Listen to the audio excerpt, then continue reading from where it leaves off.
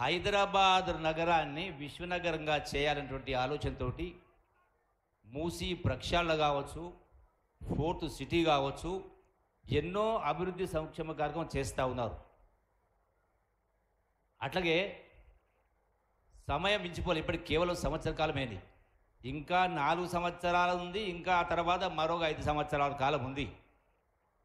గడచిన 10 సంవత్సరాలలో గొప్పగా మాట్లాడి గొప్పగా చేసినామని గొప్పలు చెప్పుకున్నటువంటి నాయకుల కంటే కూడా మీకంటే 10 రెట్లు ఎక్కువగా రేవంత్ రెడ్డి గారి నాయకత్వాన ఈ రాష్ట్రం అభివృద్ధి కాకపోతుంది. మీ కళ్ళారా మీరే చూసే కార్యక్రమం చేస్తారు.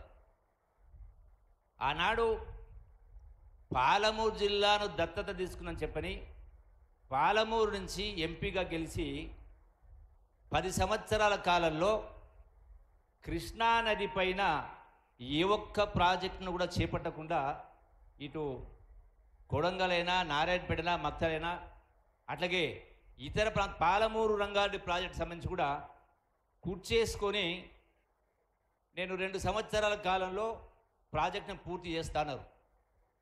సుమారుగా 10 సంవత్సరాలు పరిపాలన చేసి ఎక్కడ వేసిన గొంగడి అక్కడేనట్టుగా. దేనికోసం? మీకు 10 సంవత్సరాల క్రితం కాంగ్రెస్ పార్టీ గత పాలన నుంచి మీరు అధికారం చేపట్టినప్పుడు మిగులు రాష్ట్రాన్ని, మిగులు బడ్జెట్ని మీకు అప్పచెప్పడం జరిగింది.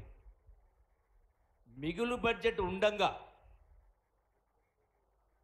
8 లక్షల కోట్ల అప్పు చేసిన తర్వాత 40,000 కోట్ల బిల్లులు పెండింగ్ పెట్టి కూడా ఏ ఒక్క మాట కూడా నిలుపుకోలే. ఈ సంవత్సర కాలంలో ఈ యొక్క ప్రభుత్వ కాలం పూర్తి కాకముందుకే ఏమైనా మీరు ఇంకా చెప్పినటువంటి పనులు చేస్తలేరు అనేటువంటి మాట మాట్లాడుతూ ఉన్నారు. ఈ రోజున గౌరవ ముఖ్యమంత్రి గారు ఇప్పటికే పాలమూరు జిల్లాకు సంబంధించి ఇప్పటికే మాట చెప్పడం జరిగింది. ఎన్నో కార్యక్రమాలు శంకుస్థాపన చేసి కార్యక్రమం చేస్తూ ఉన్నారు. గౌరవ ముఖ్యమంత్రి గారు పాలమూరు బిడ్డల అదృష్టం, పాలమూరు జిల్లా బిడ్డగా ముఖ్యమంత్రి కావడం. ఎందుకంటే కృష్ణానదికి సంబంధించి కృష్ణానది నీళ్లు వాడుకోవడానికి జూరాల ప్రాజెక్టు పైన జూరాల, భీమా, నెట్టంపాడ్, కోయిల్ సాగర్ సంబంధించి ఈనాటికి కూడా రిజర్వాయర్లు లేవు. కాబట్టి మీరు గతంలో ఇప్పటికే ఆదేశించడం జరిగింది. ఈ యొక్క కృష్ణా నది జలాల్ని వాడుకోవాల్సిన అవసరం ఉంది. అట్లాగే పాలమూరు రంగారెడ్డి ప్రాజెక్టు కూడా పూర్తి చేయాల్సిన అవసరం ఉంది. ఇవన్నీ కూడా కార్యక్రమం మొదలవుతూ ఉన్నాయి. ఈ రోజున గడచిన 10 సంవత్సరాల చిన్నటి ఉద్యోగాలు ఇవ్వడం జరిగింది గౌరవ ముఖ్యమంత్రి గారు. ఇప్పటికే జాబ్ క్యాలెండర్ కూడా ప్రకటించే కార్యక్రమం చేయడం జరిగింది. ఇన్ని చేస్తూ ఉంటే మీరు చేయని పని కూడా 10 సంవత్సరాలు చేయని కార్యక్రమం చేస్తూ ఉంటే 10 సంవత్సరాలు బయటికి రాకుండా కేసీఆర్ గడిచిన 2 రోజుల కింద వాళ్ళ పార్టీ కార్యకర్తల సమావేశం పెట్టి కాంగ్రెస్ గ్రాఫ్ పడిపోయిందని మాట్లాడతాడు.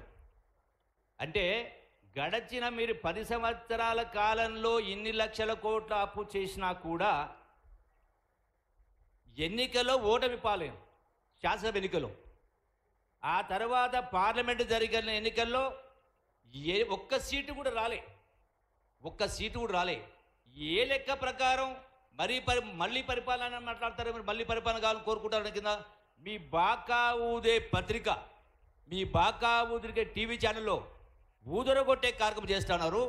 అడ్డగోలుగా అడ్డదిడ్డంగా సంపాదించిన కోట్ల రూపాయలు ఖర్చు పెట్టే కార్యక్రమం చేసి తెలంగాణను భ్రష్టు పట్టించి అన్ని రంగాలను సర్వనాశనం చేసి అవినీతిని అందలానికి ఎక్కించి ప్రజాస్వామ్యానికి పాతరేసి కుటుంబ పరిపాలన చేసి ఇవాళ సన్నాయి నొక్కులు నొక్కుతూ మాట్లాడుతూ ఉన్నారు.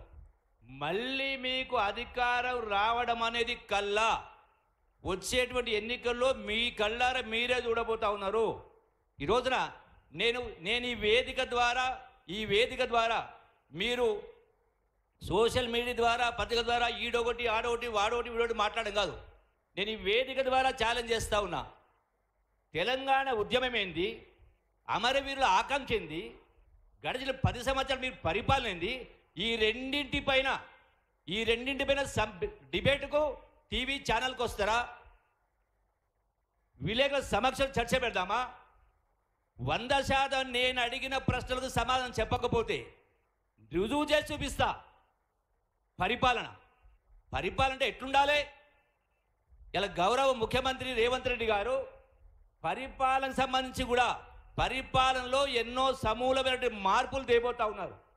పారదర్శకమైన పరిపాలన, ప్రజా పరిపాలన అంటే ఇట్లా ఉండాలి, కాంగ్రెస్ పరిపాలన ఉండాలన్నటువంటి విధంగా ముందుకు తీసుకుపోయే కార్యక్రమం చేస్తూ ఉన్నారు. మీ దమ్ము ధైర్యం ఉంటే మీరు చెప్పిన డేటుకు, మీరు చెప్పిన టైం కాడ, మీరు కోరుకున్న ఛానల్ కాడ సిద్ధంగా ఉన్నాం. ప్రజలకు తెలియాలి. ఎందుకంటే మీరు ఏది మాట్లాడితే అదే ప్రజలు నమ్ముతారు అన్నటువంటి ఒక మైకంలో ఉన్నారు. కాబట్టి కేవలం సంవత్సర కాలం అయింది, ఇన్ని రకాల విమర్శలు చేస్తూ ఉన్నారు. కాబట్టి 100% ఇలా మా పాలమూరు జిల్లా బిడ్డల అదృష్టం. పాలమూరు రూపురేఖలు మారబోతా ఉన్నాయి. అన్ని రంగాల్లో కూడా మంచి భవిష్యత్తు ముందు ఉండే చెప్పని మీ అందరికీ సవినంగా విజ్ఞప్తి చేస్తూ సెలవు తీసుకుంటున్నారు. Thank you very much. Thank you sir. గౌరవ ఇన్ఛార్జ్